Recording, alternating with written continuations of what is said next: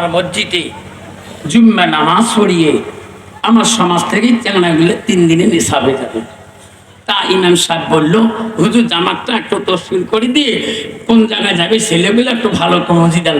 জুম্মা নামাজ পড়ে মাত্র 10-15 মিনিট তসবির করে দিলাম। দেওয়ার পরে জামা রস্কেত করে দিয়ে দিলাম যে আমার সোনারহাট মসজিদে যাবে। যাওয়ার পরে আমি বাড়ি মুখে দিন ইমাম সাহেব আমি নামাজ পড়াইছিলাম, খুতবা পরে 15-20 মিনিট বয়ান রাখছিলাম। আমি আমার বাড়িটা কিন্তু কাঁটাতারের বগলে, আমার বাড়ির থেকে বাংলাদেশ লাগা। আমার বাড়ি গেলেও পাকা রাস্তা দেওয়া খাবার নাই। তা আমার পাশে একটা লোক যায়, লুঙ্গি পিনি যায়, আমার বাড়ি ক্রস করে গেল। আমি বললাম, ভাই ভাই বাড়ি গোটা তো না, এটা কাঁটাতার তো বিএসএফ ধরবে। ও বললাম না বান, ভাই তুই কোথায় যাস? লোকটা বলে, আফসার ভাই। আরে মুখ চিনে চটকে উঠলাম, ভাই তো বাড়ি কোটে? আমাকে বলো, আফসার ভাই রে আমার ছিল নাই না,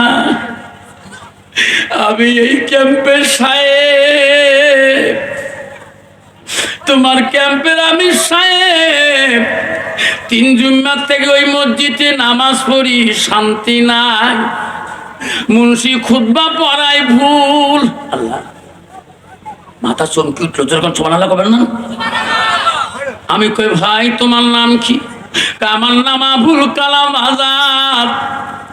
আমি শুনছিলাম তোমার সমাধির ইমাম বলে, মাওলানা আজকে নামাজ পড়ি তোর বক্তব্য শুনি আমার কলজাটা ঠান্ডা হয়ে গেল।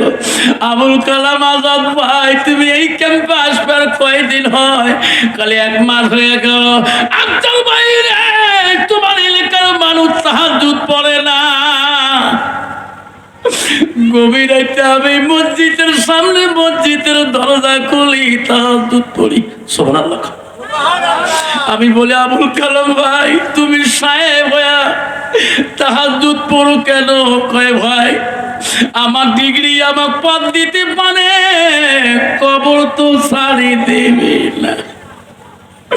রাত 12টা বাজলে বিবি ফুল লাগায়, আমার বিবি কোরআনের হাফেজা। তাহাজ্জুদ পড়ছেন কি?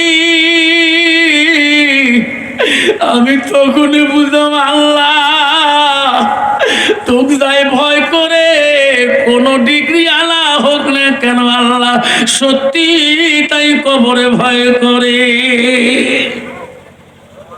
রাতের গভীরেতে আবুল কালাম ভাই বলছে, ভাই আমি আসছিলাম, তাহাজ্জুদ পড়ছে, মসজিদের লক করা, আমি বারান্দায় পড়ি যাই।